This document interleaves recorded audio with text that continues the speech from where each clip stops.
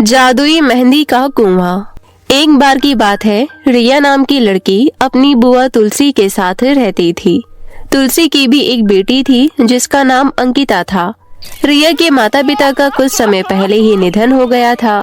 इसी वजह से रिया अपनी बुआ तुलसी के साथ रहती थी। रिया बहुत ही सुंदर और अच्छे स्वभाव की लड़की थी। वहीं दूसरी तरफ अंकिता शक्ल से तो बदसूरत थी ही, साथ में वो रिया से भी बहुत जलती थी। लेकिन रिया की बुआ बिल्कुल ऐसी नहीं थी। रिया की बुआ रिया को बहुत पसंद करती थी। वो अंकिता और रिया में कोई फर्क नहीं करती थी। अंकिता रिया को हमेशा अपने घर से बाहर निकालने का प्लान करती रहती थी। एक दिन अंकिता रिया के पास जाती है और कहती है, सुन रिया की बच्ची, तूने अपने माता पिता को तो खा ही लिया है, और तो और अब तू मेरी माँ से मेरा प्यार भी छीन रही है। अब मैं तुझे इस घर में ज्यादा टिकने नहीं दूंगी। नहीं नहीं अंकिता दीदी, ऐसी बात नहीं है। बुआ आपसे बहुत प्यार करती है, उन्हें आपकी बहुत चिंता है। बहुत देर तक रिया अंकिता को समझाने की कोशिश करती है, लेकिन अंकिता नहीं समझती। अंकिता रिया को बिल्कुल भी पसंद नहीं करती थी, लेकिन रिया कभी भी अंकिता की बातों का बुरा नहीं मानती थी। एक दिन तुलसी रिया के पास आती है और उसे कहती है, रिया बेटी, तुम समझदार हो, सब कुछ अच्छी तरह जानती हो। अंकिता की शादी की उम्र हो चुकी है, लेकिन कोई भी लड़के वाले उसे देखता है तो वो शादी के लिए मना कर देता है और तुम्हें पसंद करके चले जाते हैं। रिया बेटी, बुरा मत मानना, आज शाम को अंकिता को लड़के वाले देखने आ रहे हैं, इसलिए अगर कुछ समय के लिए तुम बाहर चली जाओ तो ठीक रहेगा। क्या पता अंकिता का रिश्ता पक्का हो जाए। जी बुआ जी, मैं आपकी परेशानी समझ रही हूँ। अब जैसा कहती हैं मैं वैसा ही करूँगी। मैं आज शाम को अपने दोस्त के घर चली जाऊंगी। रिया और तुलसी की बात अंकिता सुन लेती है। अंकिता अपने कमरे में जाती है और एक प्लान बनाती है कि कैसे रिया को तुलसी के सामने बेइज्जत किया जाए। रिया की बच्ची, तुझे अपनी सुंदरता पर बहुत घमंड है ना, और तो और मेरी माँ भी तुझसे बहुत प्यार करती है। अब देख, मैं तुझे माँ के सामने कितना बेइज्जत करती हूँ। आज के बाद माँ तेरी शक्ल भी देखना पसंद नहीं करेगी। जब शाम को अंकिता को देखने वाले आते हैं, तभी अंकिता रिया को फोन करती है। रिया, कहाँ है तू? माँ की तबीयत बहुत ज्यादा खराब है, वो तुझे याद कर रही हैं। जल्दी घर आ जा। लेकिन जब मैं घर से निकली थी तब तो बुआ बिल्कुल ठीक ठाक थी, और वैसे भी आज आपको लड़के वाले देखने आ रहे हैं। फिर अचानक ऐसा क्या हुआ जिसकी वजह से बुआ की तबीयत खराब हो गई? सुन बेवकूफ लड़की, जल्दी से घर आ जा। मेरे पास ज्यादा समय नहीं है। माँ की तबीयत बहुत ज्यादा खराब है। तुझे आना है तो आ, वरना मत आ। रिया अंकिता की बातें सुनकर बहुत ज्यादा टेंशन में आ जाती है और वो भागती भागती अपने घर आती है। घर पर सब बिल्कुल ठीक ठाक था। लड़के वाले भी आए हुए थे। अंकिता के रिश्ते की बात पक्की होने ही वाली थी कि तभी लड़के वाले रिया को देख लेते हैं और तभी लड़के की माँ तुलसी से कहती है, अरे तुलसी बहन, ये चांद सी खूबसूरत लड़की कौन है? आपने इसे कहाँ छुपा के रखा था? मैं तो अपने बेटे अरुण के लिए बिल्कुल ऐसी ही लड़की ढूंढ रही थी। बहन, ये मेरे भाई की बेटी है। कुछ समय पहले मेरे भाई और इसकी माँ का निधन हो गया था, तभी से ये हमारे घर पर है। मगर छोड़िए ये सब बातें, आप अंकिता के रिश्ते की बात करिए। माफ कीजिए तुलसी बहन, मुझे तो आपकी भतीजी ही पसंद आ रही है। अब मैं अंकिता को अपने घर की बहू नहीं, रिया को बहू बनाऊंगी। तुलसी लड़के वालों को साफ इनकार कर देती है। लड़के वाले तुलसी के घर से चले जाते हैं। जब लड़के वाले चले जाते हैं तब तुलसी रिया को बहुत डांटती है। रिया, मैंने तुझमें और अंकिता में कभी फर्क नहीं किया। मैंने हमेशा तुझे बिल्कुल अपनी बेटी जैसा समझा, लेकिन तूने अपनी औकात दिखा ही दी। तू चाहती ही नहीं थी कि मेरी बेटी की शादी हो। अब मैं तुझे अपने घर में और बर्दाश्त नहीं कर सकती, इसलिए अब तू मेरे घर में एक पल भी नहीं रहेगी। निकल जा यहाँ से। अंकिता ये सब देखकर बहुत खुश हो जाती है, क्योंकि उसकी ख्वाहिश पूरी हो गई थी। रिया अपनी बुआ को सब कुछ बताना चाहती थी, लेकिन रिया की बुआ रिया की एक नहीं सुनती और उसको भगा देती है। रिया बिना कुछ कहे चुपचाप अपने बुआ के घर से बहुत दूर आ जाती है और एक नदी के पास आकर बहुत रोती है। माँ, पिताजी, आज मुझे आप लोगों की बहुत याद आ रही है। अब मेरा इस दुनिया में कोई नहीं है। रिया वहाँ पर बहुत देर बैठकर रोती है, लेकिन तभी वहाँ पर एक आवाज आती है और वो आवाज एक कुएं से आ रही थी। तभी रिया उस कुएं के पास जाती है और कुएं से कहती है, कुआं, तुम बोल सकते हो? हाँ, मैं बोल सकता हूँ क्योंकि मैं एक जादुई कुआं हूँ, लोगों की मदद करता हूँ। तुम भी मुझे अपनी परेशानी बताओ। जादुई कुएं की बात सुनकर रिया अपनी सारी बात कुएं को बताती है। रिया की पूरी बात सुनने के बाद जादुई कुआं रिया से कहता है, रिया, तुम एक बहुत अच्छी लड़की हो, इसलिए मैं तुम्हें ये जादुई मेहंदी देता हूँ। ये जादुई मेहंदी तुम्हारी सारी परेशानियाँ दूर कर देगी। इस मेहंदी को जो भी लगाएगा वो बहुत सुंदर हो जाएगा और साथ ही बहुत अमीर भी। इस मेहंदी को कैसे इस्तेमाल करना है अब वो तुम्हारे हाथ में है। उसके बाद जादुई कुआं रिया को एक जादुई मेहंदी दे देता है। अब उसे समझ आ चुका था कि उसे जादुई मेहंदी से क्या करना है। उसके बाद रिया फौरन अपनी बुआ के घर आती है। अंकिता रिया को अपने घर में देखकर बहुत ज्यादा गुस्सा हो जाती है और रिया से कहती है, तू कितनी ढीठ लड़की है। माँ ने तुझे धक्के मार कर घर से बाहर निकाला था और तू फिर से आ गई। रुको अंकिता, मैं तुम्हारे फायदे के लिए ही यहाँ पर आई हूँ। उसके बाद रिया अपनी बुआ को सारी बात बताती है। बुआ जी, अगर अंकिता ये मेहंदी लगाएगी तो वो बहुत सुंदर हो जाएगी और फिर उसकी शादी की चिंता खत्म हो जाएगी। उसके बाद तुलसी बिना देरी करे अंकिता के हाथ में मेहंदी लगा देती है। जैसे ही अंकिता को मेहंदी लगती है वैसे ही वो बहुत सुंदर हो जाती है। वो सब देखकर तुलसी बहुत खुश हो जाती है और रिया से कहती है, सच में रिया, ये मेहंदी तो जादुई है।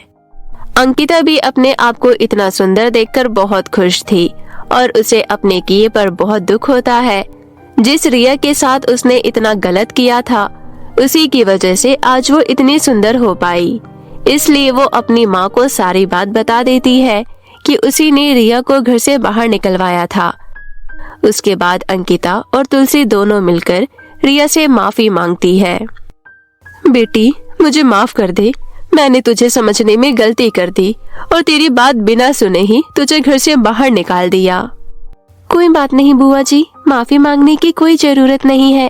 अब हम पहले की तरह एक साथ खुशी खुशी रहेंगे।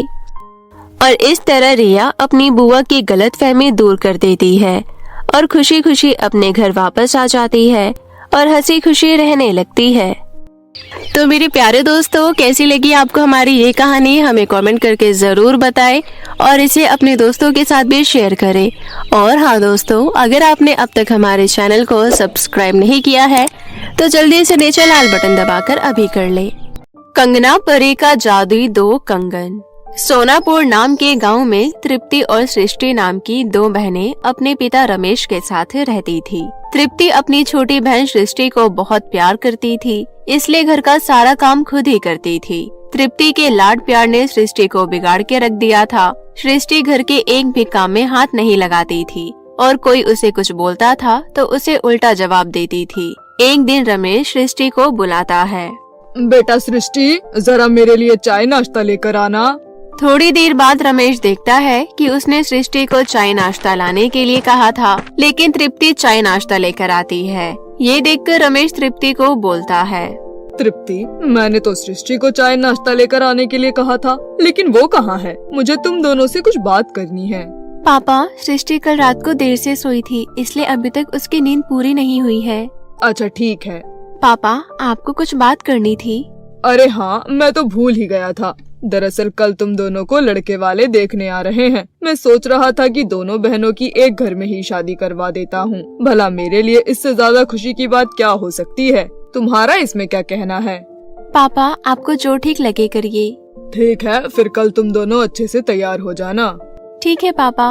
अगले दिन तृप्ति और सृष्टि को लड़के वाले देखने आते हैं। लड़की की माँ रमेश से कहती है, भाई साहब, अपनी दोनों बेटियों को तो बुलाइए। मैंने बोल दिया है, दोनों आती ही होंगी।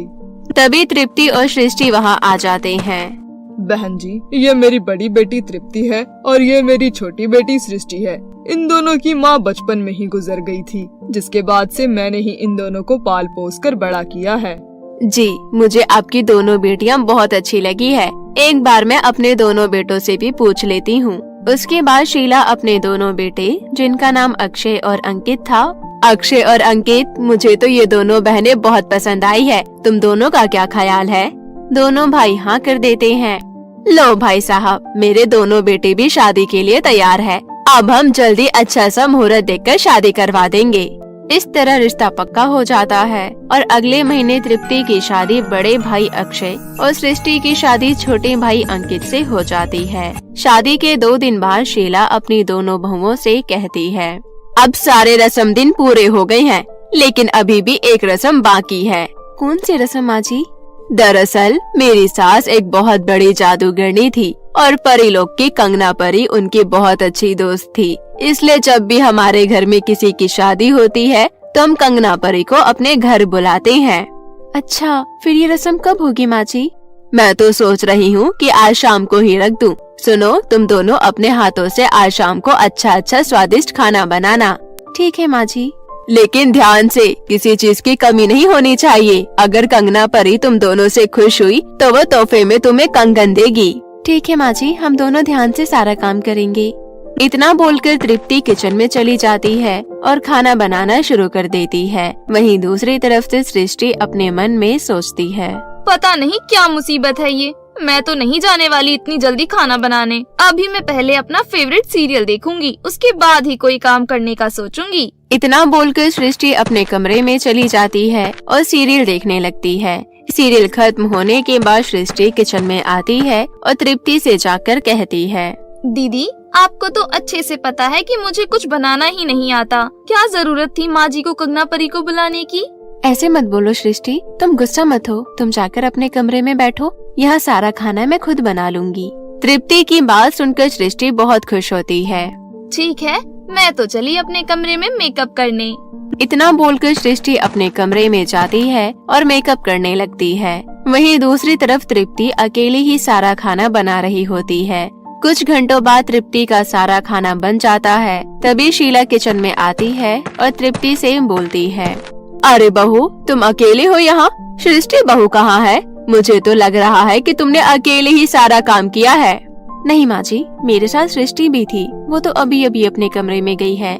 इस तरह तृप्ति अपनी बहन की सारी गलती छुपा लेती है। थोड़ी देर बाद कंगना परी आ जाती है। आइए कंगना परी जी, आपका स्वागत है। उसके बाद शीला अपनी दोनों बहुओं को बुलाती है। अरे बहुओं, देखो कंगना परी आ गई है।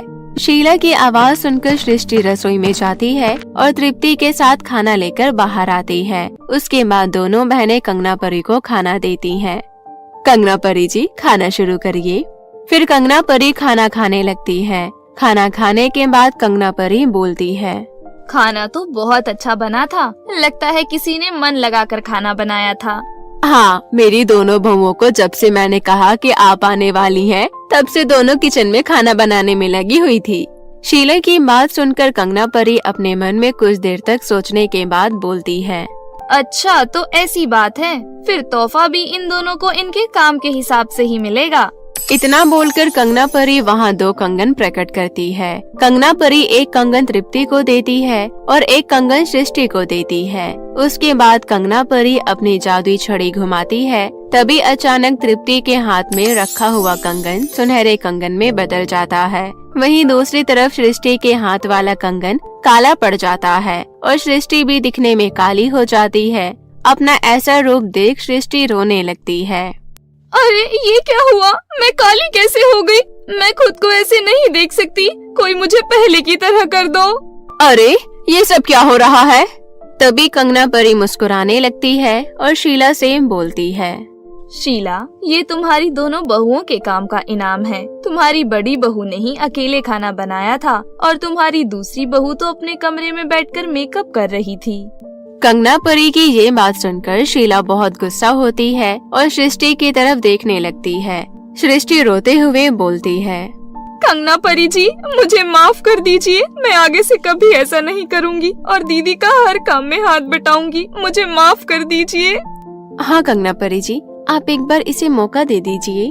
ठीक है, मैं तुम्हें एक मौका देती हूँ, लेकिन आगे से कभी ऐसा करने की कोशिश मत करना। दूसरों के किए हुए काम पर खुद क्रेडिट लेना गलत है। लाओ, तुम मुझे अपना कंगन दे दो। सृष्टि कंगना परी को कंगन वापस कर देती है। उसके बाद कंगना परी अपनी जादुई छड़ी घुमाती है और सृष्टि को फिर से पहले की तरह कर देती है। उसके बाद कंगना परी वहाँ से चली जाती है। उस दिन से तृप्ति और सृष्टि सारे काम एक साथ मिल बांट कर करने लगी थी। इस तरह से हमेशा के लिए सब कुछ ठीक हो जाता है और सब हंसी खुशी रहने लगते हैं। माँ का जादुई लहंगा। बहुत समय पहले की बात है। मायरा अपने मम्मी पापा के साथ रहती थी। एक दिन अचानक मायरा की मम्मी की तबीयत खराब हो जाती है, इसलिए उसके पापा उसकी मम्मी को हॉस्पिटल लेकर जाते हैं। चेकअप करने के बाद डॉक्टर बाहर आती है। क्या हुआ मैडम, सब ठीक है ना? आपकी वाइफ को टाइफाइड हो गया है, इसलिए जब तक ये ठीक नहीं हो जाती तब तक इनका इलाज ऐसे हॉस्पिटल में चलेगा। वैसे टाइफाइड बहुत डेंजर लेवल पर है और इनकी हालत भी बहुत नाजुक है, इसलिए हम कुछ नहीं कह सकते। डॉक्टर की बात सुनकर मायरा के पापा उदास हो जाते हैं। कुछ दिन तक हॉस्पिटल में मायरा की मम्मी का इलाज चलता है, लेकिन आखिरकार हॉस्पिटल में ही उसकी मम्मी की मौत हो जाती है। अपनी माँ की मौत की खबर सुनकर मायरा बहुत रोती है। अपनी बीवी के मौत के बाद राघव अकेले ही अपना बिजनेस संभालता था और साथ ही अपनी बेटी को भी। राघव रोज सुबह जल्दी उठकर मायरा के लंच के लिए खाना बनाता था और उसे स्कूल तैयार करके भेजता था। ऐसे ही कुछ महीनों तक चलता रहता है। तभी एक दिन राघव की बहन पूजा आती है और उसे कहती है, भैया आप कब तक अकेले घर का काम और बाहर का काम संभालते रहोगे? मैं तो कहती हूँ मायरा के लिए दूसरी शादी कर लो। अभी वो छोटी है, उसे माँ की सख्त जरूरत है। लेकिन पूजा, मेरे से कौन शादी करना चाहेगी? मेरी एक दोस्त है, कुछ महीने पहले उसके पति की मौत हो गई थी, जिसके बाद से वो और उसकी बेटी अकेली ही जैसे तैसे रह रही है। मैं तो कहती हूँ आप उसी से शादी कर लो।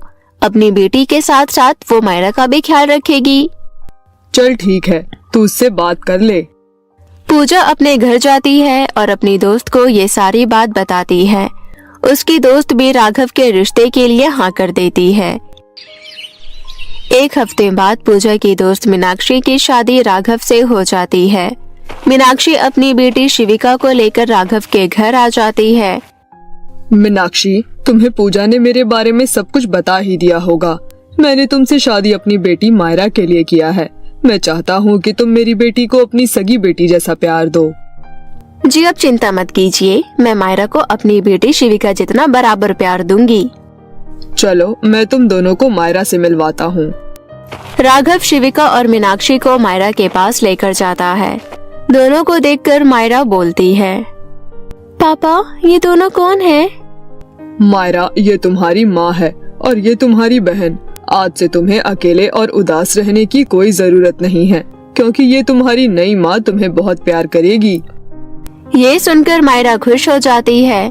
कुछ दिन तक तो मीनाक्षी मायरा को बहुत प्यार करती थी और उसकी एक एक इच्छा पूरी करती थी, लेकिन उसकी बेटी शिविका को ये सब देखकर बहुत गुस्सा आता था और वो मायरा से जलने लगी थी। एक दिन शिविका मीनाक्षी से कहती है, मम्मी आजकल मैं देख रही हूँ आप अपनी सौतेली बेटी को बहुत प्यार करती हो। मेरे ऊपर तो आपका जरा सा भी ध्यान नहीं रहता है।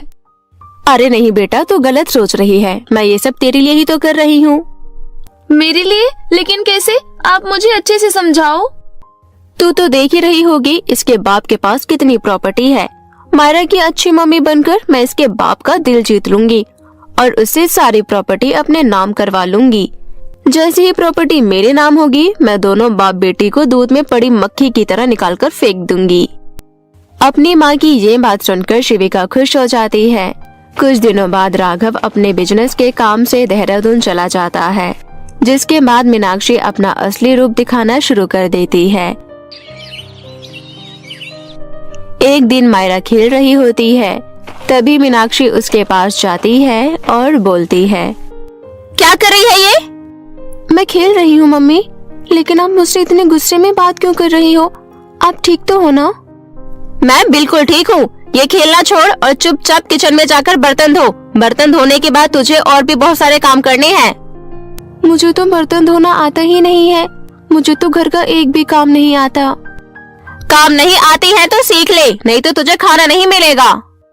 मायरा को कुछ समझ नहीं आ रहा था कि आखिर मीनाक्षी को हुआ क्या, लेकिन फिर भी मीनाक्षी के डर से वो घर के कामों में लग जाती है। उस दिन मायरा घर का सारा काम करती है, लेकिन फिर भी मीनाक्षी उसे खाने के लिए कुछ नहीं देती। ये सब देखकर मायरा बोलती है, मम्मी, मैं आपकी शिकायत पापा से करूंगी। मैं पापा को आपके बारे में एक एक बात बताऊंगी। देख रही हो ना मम्मी, कैसे जुबान चल रही है इसकी। आपने इसको सर पर चढ़ा रखा है, इसलिए सरेआम ये आपको धमकी दे रही है। मीनाक्षी मायरा को एक तमाचा लगा देती है और बोलती है, जा, जिसको शिकायत करना है कर। और हाँ, जब शिकायत करेगी तो ये भी बोल दियो कि मैंने तेरे को मारा है। देखती हूँ तेरा बाप मेरा क्या बिगाड़ लेगा। इस तरह दोनों माँ बेटी मिलकर मायरा को बहुत तंग करती थी और छोटी छोटी बात पर मार दिया करते थे। कुछ दिन बीत जाते हैं और मायरा का बर्थडे आ जाता है। आज मेरा बर्थडे है, इसलिए पिछले साल मम्मी ने जो मुझे ड्रेस दी थी मैं वही पहनूंगी। वैसे भी वो वाली ड्रेस मेरी फेवरेट है। इतना बोलकर मायरा जल्दी से अपनी फेवरेट ड्रेस पहनकर तैयार हो जाती है। मायरा तैयार होकर अपनी सौतेली माँ और बहन के पास आती है। शिविका, आज मेरा बर्थडे है। हाँ, तो इसमें हम क्या करें? हमें क्यों बता रही है आके? चल निकल यहाँ से। वैसे तेरी ये ड्रेस मुझे बहुत अच्छी लग रही है, इसलिए मुझे ये ड्रेस चाहिए। नहीं, मैं तुम्हें ये ड्रेस नहीं दूंगी। चुप कर, मेरी बेटी को ये ड्रेस अच्छी लगी है तो चुपचाप से इसे दे दे। प्यार से मान जा, वरना जबरदस्ती तुझे पीट कर ले लेंगे। चाहे कुछ भी हो, मैं ये ड्रेस नहीं देने वाली। मायरा के इतना कहते ही दोनों माँ बेटी मिलकर उसकी पिटाई करने लगते हैं और उसे ड्रेस छीन लेते हैं। मायरा रोते हुए अपने कमरे में जाती है और अपनी माँ की तस्वीर के सामने रोने लगती है। मम्मी, आपकी आखिरी निशानी के रूप में मेरे पास वही ड्रेस थी, लेकिन वो भी इन दोनों माँ बेटी ने मेरे से छीन ली। तभी अचानक मायरा की मम्मी की तस्वीर से आवाज आती है, मेरी प्यारी बिटिया, तुम परेशान मत हो। मैं सब कुछ देख रही हूँ कि कैसे ये दोनों माँ बेटी मिलकर तुम्हें तंग कर रही हैं। मम्मी, अगर आप मुझे छोड़कर नहीं जाती तो ये सब हो ही नहीं रहा होता। मायरा, मरना किसी के हाथ में नहीं होता है। बेशक मैं तुम्हारे साथ नहीं हूँ, लेकिन मेरी अलमारी में एक लहंगा रखा हुआ है जो हमेशा तुम्हारी रक्षा करेगी। अपनी मम्मी की ये बात सुनकर मायरा तुरंत उनके अलमारी खोलती है, जिसमें उसे एक लहंगा मिलता है। मेरी बच्ची, तुम्हारी दादी गांव की सबसे बड़ी जादूगरनी थी और मरने से पहले उन्होंने मुझे ये लहंगा दिया था। अब ये लहंगा तुम्हारा हुआ और ये तुम पर कभी कोई मुसीबत नहीं आने देगा। हे जादुई लहंगा, दोनों माँ बेटी को सबक सिखाओ और हमेशा मेरी बेटी की रक्षा करना। उसके बाद जादुई लहंगा हवा में उड़ते हुए मीनाक्षी के कमरे में जाती है। कमरे में जाकर जादुई लहंगा डंडे निकालती है और दोनों माँ बेटी की पिटाई करने लगती है। अरे माँ, ये लहंगा हवा में कैसे उड़ सकती है? और ये तो हमारी पिटाई भी कर रही है। आखिर ये सब कैसे हो सकता है माँ? पता नहीं बेटा, मुझे तो खुद समझ नहीं आ रहा कि अचानक ये सब कैसे हुआ। प्लीज हमें मत मारो। दोनों माँ बेटी बहुत रोते हैं। तभी मायरा को उन दोनों पर तरस आ जाता है और वो बोलती है, जादुई लहंगा, माफ कर दो इन दोनों को। मायरा के कहने पर जादुई लहंगा दोनों की पिटाई नहीं करती है। उसके बाद जादुई लहंगे में से आवाज आती है, मीनाक्षी और शिविका, मैं तुम दोनों को आखिरी चेतावनी दे रही हूँ। अगर कभी भी मायरा को तंग करने की कोशिश की तो मैं तुम दोनों को जान से मार डालूंगी। जादुई लहंगे की ये चेतावनी सुनकर दोनों माँ बेटी बहुत डर जाती है और उस दिन के बाद से दोनों माँ बेटी कभी भी मायरा को परेशान नहीं करती थी। यहाँ तक कि दोनों माँ बेटी मिलकर घर के सारे काम करती थी। वहीं दूसरी तरफ मायरा को जब भी कुछ चाहिए होता था तो वो जादुई लहंगे से ले लेती थी। इस तरह मायरा के जीवन में सब कुछ ठीक हो जाता है और वो जादुई लहंगे के साथ हंसी खुशी जीवन व्यतीत करने लगती है। जादुई 2 पर्स। एक समय की बात है, प्रीति नाम की एक लड़की अपनी माँ शोभा के साथ रहती थी। एक वर्ष पूर्व प्रीति के पिता का लंबी बीमारी के चलते स्वर्गवास हो गया था। उसके पिता की मृत्यु के बाद उसके घर की हालत बहुत खराब हो गई थी। घर में बहुत ही गरीबी थी, जिस वजह से उन्हें 2 वक्त का खाना भी मुश्किल से मिल पाता था, जिस कारण प्रीति की माँ सब्जी बेचने का काम करने लगती है। प्रीति को स्कूल भेजने के बाद उसकी माँ सब्जी बेचने जाती थी। दिन भर कड़ी मेहनत करके उसकी माँ सड़कों पर घूम घूम कर सब्जियाँ बेचा करती थी। सब्जियाँ ले लीजिए, सब्जियाँ देखिए कितनी ताजी ताजी सब्जियाँ हैं। शोभा बड़ी कठिनाइयों को झेलते हुए प्रीति के लिए पैसे कमाया करती थी। वो प्रीति का बहुत अच्छे से ध्यान रखती थी, चाहे वो खुद एक टाइम का खाना ना खाए, लेकिन अपनी बेटी की परवरिश में कोई कमी नहीं आने देती थी। उसकी माँ प्रीति को समय पर स्कूल भेजती थी और समय पर ही उसके स्कूल की फीस भी भिजवा देती थी। माँ, मुझे एक पेंसिल और कॉपी लेनी है। मेरी पुरानी वाली कॉपी पूरी भर चुकी है। ये ले बेटी 50 रुपए, जाकर पेंसिल और कॉपी ले आ। और हाँ, रास्ते में खेलने कूदने मत लग जाना, कॉपी और पेंसिल लेकर सीधा घर आना। प्रीति भागती हुई स्टेशनरी की दुकान जाती है। वहाँ से वो अपने लिए एक कॉपी और एक पेंसिल खरीदती है और दुकानदार बदले में उसे 20 रुपए लौटा देता है। वो कॉपी और पेंसिल लेकर घर आ ही रही होती है कि रास्ते में उसे एक बूढ़ी अम्मा उसे बुलाती है। सुनो बेटी, मेरी दुकान से भी कुछ खरीद लो ना, आज सुबह से मैंने कुछ भी नहीं खाया है।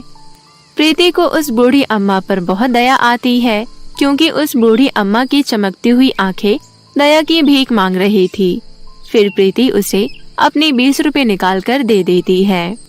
दादी जी, ये लीजिए, इसके बदले में आप मुझे कुछ भी दे दीजिए। प्रीति के इतना बोलते ही वो बूढ़ी अम्मा प्रीति को 2 बहुत ही सुंदर पर्स दे देती है। फिर प्रीति उस पर्स को लेकर अपने घर की ओर चल देती है। प्रीति बेटा, आ गई तू? मैं तेरा कब से इंतजार कर रही थी। जी माँ, मैं कॉपी और पेंसिल लेकर आ गई। बाकी बचे हुए पैसे मुझे दे दे।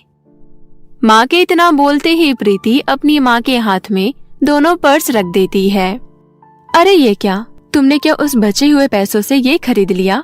पर क्यों बेटा, तुम्हें पता है ना कि अभी हम इस तरीके के खर्च नहीं कर सकते। पर माँ, आपके पास कोई पर्स भी तो नहीं था ना, इसलिए मैंने आपके लिए 2 रंग बिरंगे पर्स खरीद लिए। अगर आपको अच्छे नहीं लगे तो मुझे माफ कर दो। चलो कोई बात नहीं बेटा, लेकिन आगे से ध्यान रखना, हमें फिजूल खर्ची नहीं करनी है, ठीक है? जी माँ, मैं आगे से ध्यान रखूंगी। ऐसे ही कुछ दिन बीत जाते हैं। शोभा बहुत ही चिंतित थी, क्योंकि उसने प्रीति की स्कूल की फीस 6 महीने से जमा नहीं करी थी। अगर इस बार भी वो स्कूल की फीस जमा नहीं करी तो प्रीति को स्कूल से निकाल दिया जाता। ये सोच सोचकर वो बहुत ज्यादा चिंतित हो रही थी और वो मन ही मन अपने आप से ही बोलती है, मैं क्या करूं? मेरे पास तो पैसे भी नहीं है, कहाँ से प्रीति की फीस भरूं? मेरे पास तो केवल 800 रुपए ही है, इसमें तो पूरी फीस भी जमा नहीं होगी। क्या हुआ माँ, आप इतनी चिंतित क्यों हैं? कुछ नहीं बेटा, तू अभी तक जगी हुई है, तुझे सुबह स्कूल भी तो जाना है ना, चल जाकर सो जा। फिर प्रीति और शोभा सोने चले जाते हैं। रात को प्रीति को एक सपना आता है। प्रीति के सपने में वो बूढ़ी अम्मा आती है। अब तुम्हें और तुम्हारी माँ को और कष्ट सहने की जरूरत नहीं है। मैंने जो तुम्हें 2 पर्स दिए थे वो कोई साधारण पर्स नहीं है, बल्कि जादुई पर्स है। उसमें से एक पर्स के पैसे कभी खत्म नहीं होंगे और दूसरे पर्स हमेशा तुम्हारी रक्षा करेगा। सुबह जब प्रीति की आंख खुलती है तो वो अपने सपने के बारे में अपनी माँ शोभा को बताती है। माँ, कल मेरे सपने में वही पर्स वाली बूढ़ी अम्मा आई थी और उन्होंने कहा कि ये कोई साधारण पर्स नहीं है, बल्कि ये दोनों जादुई पर्स है। नहीं बेटा, ये तो तुम्हारा सपना है, ऐसा कुछ नहीं होता है। तभी दोनों जादुई पर्स में से आवाज आती है, नहीं नहीं, प्रीति सच बोल रही है। हम साधारण पर्स नहीं हैं, बल्कि जादुई पर्स हैं। हम केवल सच्चे और भले लोगों के पास ही जाते हैं और प्रीति बहुत ही दयालु है, इसलिए हम दोनों इसके पास आ गए। तभी प्रीति उनमें से एक पर्स में हाथ डाल के देखती है तो उसमें बहुत सारे पैसे होते हैं। ये सब देखकर शोभा बहुत हैरान हो जाती है। आपने देखा ना माँ, मैं सच कह रही थी, ये दोनों जादुई पर्स हैं। फिर शोभा जादुई पर्स की मदद से प्रीति के स्कूल की सारी फीस जमा कर देती है और जादुई पर्स की मदद से प्रीति और शोभा अपने जैसे जरूरतमंद लोगों की भी मदद करने लगते हैं।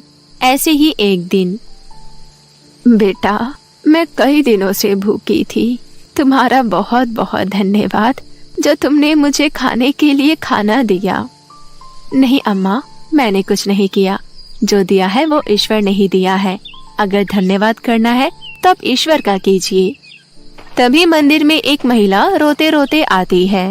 हे भगवान, मैं क्या करूं? मेरा बेटा बहुत बीमार है और अस्पताल में है। उसके इलाज के लिए मुझे 50,000 रुपए चाहिए। इतने सारे पैसे मैं कहां से लेकर आऊं? रोते रोते वो महिला बेहोश हो जाती है। तभी प्रीति उस महिला के मुंह पर पानी के छींटे डालती है। महिला होश में आ जाती है। बहन, तुम चिंता मत करो, तुम्हारा बेटा बिल्कुल ठीक हो जाएगा। ये लो 50,000 रुपए, जाकर अपने बेटे का इलाज करवा लो। आपका बहुत बहुत धन्यवाद। आप मेरे लिए भगवान बनकर आई हैं। आपका ये एहसान मैं कैसे उतारूंगी? इसमें एहसान की कोई बात नहीं है बहन। जाओ, अब जल्दी जाकर अपने बेटे का इलाज करवाओ। माँ, दूसरों की मदद करके कितना अच्छा लगता है ना? हाँ बेटा, हमें वैसे भी हमेशा दूसरों की मदद करनी चाहिए। शायद भगवान ने हमें ये जादुई पर्स लोगों की मदद करने के लिए ही दिए हैं। ये सब बातें वहाँ खड़ी उनकी एक पड़ोसन मेनका सुन लेती है। कल तक तो इनके पास खाने के लिए भी पैसे नहीं थे। आज इनके पास इतने पैसे आ गए कि ये भूखे गरीब लोगों पर लुटा रही हैं। इनके पास इतने सारे पैसे जादुई पर्स की मदद से आए हैं। अगर मैं पर्स को ही चुरा लूं तो मैं इस शहर की सबसे अमीर औरत बन जाऊंगी। ऐसे ही दिन बीतने लगते हैं। शोभा और प्रीति ऐसे ही जादुई पर्स की मदद से लोगों की सहायता करती रहती है। ये सब देखकर मेनका की जलन और ज्यादा बढ़ने लगती है। मेनका बस एक मौके का इंतजार कर रही थी। एक दिन जब प्रीति और शोभा रात को जब सो रहे होते हैं, तब मेनका खिड़की से देखती है। लगता है दोनों माँ बेटी गहरी नींद में सो रही हैं। यही मौका है उन दोनों जादुई पर्स को चुराने का। चारों तरफ देखकर मेनका खिड़की से उनके घर में घुस जाती है और पर्स को ढूंढने लगती है। कहाँ छुपा के रखा है शोभा की बच्ची ने? पर्स मिल ही नहीं रहे हैं। तभी मेनका की नजर अलमारी पर रखे दोनों पर्स पर जाती है। मिल गए मुझे जादुई पर्स। इन जादुई पर्स को पाने के लिए मैंने कितने दिन इंतजार किया, पर अब मुझे अमीर बनने से कोई नहीं रोक सकता। इतना कहकर मेनका उन दोनों पर्स को चुराकर वहाँ से भाग जाती है और वो खुशी से नाचने लगती है। चलो अब पर्स से पैसे निकालना शुरू करती हूँ। लेकिन जैसे ही मेनका पर्स में हाथ डालती है, उसे बहुत तेज दर्द होने लगता है, क्योंकि पर्स में पैसे की जगह बहुत सारे कीड़े मकोड़े आ गए थे। दर्द के मारे मेनका की हालत खराब होने लगती है। हे भगवान, ये क्या हो गया? पैसे की जगह पर्स से कीड़े मकोड़े कहाँ से आ गए? उई माँ, कितना दर्द हो रहा है। ए दुष्ट औरत, तू लालची और पापी है। तुझे तेरे लालच की सजा मिली है। आज तू नहीं बचेगी। मेनका के चिल्लाने की आवाज सुनकर शोभा और प्रीति वहाँ पर आ जाते हैं और जादुई पर्स से प्रार्थना करते हैं। जादुई पर्स, छोड़ दो इसे, मत मारो। शोभा के इतना कहते ही जादुई पर्स मेनका को छोड़ देता है। फिर मेनका शोभा और प्रीति से हाथ जोड़कर माफी मांगती है। प्रीति और शोभा बड़ा दिल रखकर उसे माफ कर देती हैं। फिर ऐसे ही प्रीति और शोभा जादुई पर्स की मदद से जरूरतमंद लोगों की सहायता करती रहती है और खुशी खुशी अपना जीवन व्यतीत करने लगती है। तो कैसी लगी आपको हमारी ये कहानी? हमें कमेंट करके जरूर बताएं और इसे अपने दोस्तों के साथ भी शेयर करें। और हाँ दोस्तों, अगर आपने अब तक हमारे चैनल को सब्सक्राइब नहीं किया है तो प्लीज जल्दी से नीचे लाल बटन दबाकर अभी कर ले। तो मिलते हैं आपसे फिर किसी नई कहानी के साथ। तब तक के लिए आप अपना ध्यान रखें। धन्यवाद।